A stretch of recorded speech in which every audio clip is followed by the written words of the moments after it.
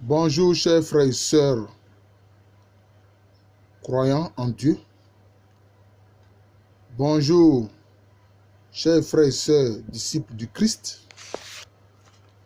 Je veux ce matin rectifier une parole qu'on entend pendant les célébrations mortuaires. On entend dire, le Seigneur a donné, le Seigneur a repris, béni soit le nom du Seigneur. C'est une phrase qui est tirée du livre de Job. C'est Job qui a dit cela. Mais ce que les frères chrétiens oublient, c'est que Job, au départ, n'avait pas une grande connaissance de Dieu. D'abord, il craignait de perdre tout ce qu'il avait. Parce qu'il a dit, ce que je craignais, c'est ce qui m'est arrivé. Ce que je redoutais, c'est ce qui m'est arrivé. Pourtant, c'était quelqu'un qui croyait dans le Seigneur. Et il marchait fidèlement. Mais, qui lui a enlevé ce qu'il avait? C'est le diable, c'est l'ennemi. Si vous avez bien lu le livre de Job, c'est le diable. Puisque le diable est venu et puis il a dit, le Seigneur lui a dit, mais tu vois, d'où viens-tu d'abord? Il dit, mais je suis allé faire un tour sur terre. Le Seigneur lui dit, mais est-ce que tu as vu la fidélité de mon serviteur Job? Il lui a dit, mais c'est parce que tu lui donnes tout ce qu'il te demande qu'il est fidèle. Enlève-lui ce qu'il a et puis tu verras. Donc Job n'avait pas une grande connaissance du Seigneur. D'ailleurs, c'est après l'épreuve qu'il a subie qu'il a dit à la fin, comme conclusion importante, j'avais entendu parler de toi, Seigneur, mais maintenant mes yeux t'ont vu. Vous voyez? Donc maintenant, il a une connaissance du Seigneur après ce qu'il a vécu, après les, excusez-moi, après les épreuves qu'il a traversées. Vous voyez? Au départ, il n'avait pas une grande connaissance du Seigneur. C'est pour ça qu'il a dit cette phrase, le Seigneur a donné, le Seigneur a repris, béni soit le nom du Seigneur. Non. Le Seigneur a testé sa foi. Ça, c'est différent. Mais celui qui lui a enlevé tout ce qu'il avait, c'est le diable. C'est l'adversaire, c'est l'ennemi. Oui, parce que Satan, ça veut dire l'ennemi, l'adversaire. Vous voyez? Le Seigneur a permis que la foi de Job soit testée. Quelquefois, quand il arrive des malheurs aux gens, il dit, ah, c'est le Seigneur qui a fait. Le Seigneur n'a pas fait ça. Quelquefois, c'est des hommes qui font ça. Évidemment, utilisés par le diable, ou c'est le diable lui-même qui le fait. Ou alors, quand nous avons désobéi aux lois mises en place par le Seigneur, ces lois-là s'appliquent. C'est pour ça qu'il a dit que ce que vous aurez semé là, c'est ce que vous allez récolter. La mesure dont vous êtes servi pour les autres là, c'est cette même mesure-là qu'on va utiliser pour vous aussi. Donc c'est la loi. C'est la loi. Dieu a créé le feu pour le bien des hommes. Mais si tu mets ton doigt au feu, ça va te faire quoi? Ça va te brûler, tu ne viendras pas dire que non, c'est le Seigneur qui a fait que tu es brûlé. Non. Dieu a mis en place des lois dans l'univers. Vous voyez? Donc, le Seigneur ne reprend pas ce qu'il a donné. Ce qu'il t'a donné là, lorsque tu n'entres plus dans sa volonté, cela entre alors dans le monde de l'obscurité, dans le monde du mal, selon l'aspect de l'arbre de la connaissance du bien et du mal. Mais cela se tourne vers le mal. C'est de ça qu'il s'agit. Mais Dieu ne te retire jamais ce qu'il t'a donné parce que lui, il est fidèle. Il t'a donné par exemple l'intelligence en affaires. Et tes affaires prospèrent. Mais maintenant, tu commences à te montrer malhonnête vis-à-vis de tes partenaires économiques. Et ceux-ci te lâchent et tes affaires ne prospèrent plus. Tu vas dire que non, c'est le Seigneur qui a fait cela. Non. L'intelligence en affaires que le Seigneur t'a donnée là, cette intelligence est encore en toi. Mais tu es malhonnête. Et c'est cette malhonnêteté-là qui s'est retournée contre toi. Donc ce n'est pas le Seigneur qui l'a fait. Prenons le diable et les démons. Ils étaient des anges. Mais quand ils ont désobéi, qu'ils sont devenus des anges déchus. Mais leur pouvoir là, Dieu ne leur a pas enlevé ça. Mais seulement leur pouvoir maintenant est orienté vers le mal. Vers la destruction. Vers la malfaisance. C'est de cela qu'il s'agit.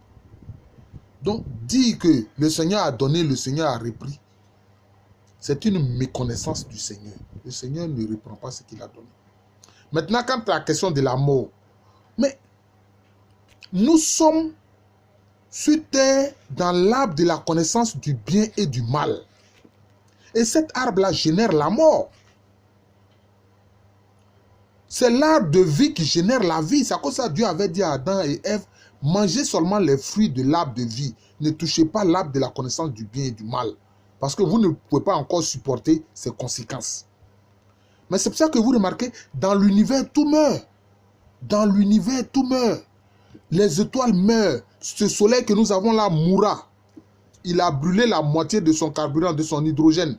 Puisque c'est de l'hydrogène en fusion, notre soleil. Ce n'est qu'une étoile. Il y a des étoiles plus massives qui sont déjà mortes.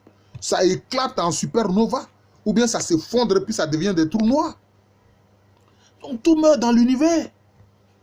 C'est pour ça que nous les hommes, nous mourons parce que nous sommes dans l'arbre de la connaissance du bien et du mal.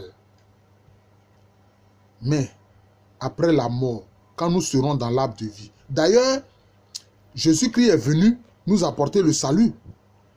Et son corps et son sang qui nous invitent à manger et à boire, c'est pour que nous ayons la vie en nous. C'est comme s'il permet à nouveau que nous ayons accès à l'arbre de vie. C'est de cela qu'il s'agit. C'est pour ça qu'il a dit, et cela a choqué les pharisiens et autres, il dit, si vous ne mangez pas ma chair, vous n'aurez pas la vie en vous. Celui qui mange ma chair et boit mon sang, celui-là a la vie éternelle. Donc, Dieu, notre Père, dans sa miséricorde, a permis à ce que nous ayons à nouveau accès à l'arbre de vie, qui est le Seigneur Jésus-Christ, qui nous propose sa chair et son sang. Hein? Alors, ne pensez pas que quand le Saint-Esprit, par l'épiclèse, vient bénir le pain et le vin, cela n'est pas vraiment corps et sang du Christ, cela est vraiment corps et sang du Christ.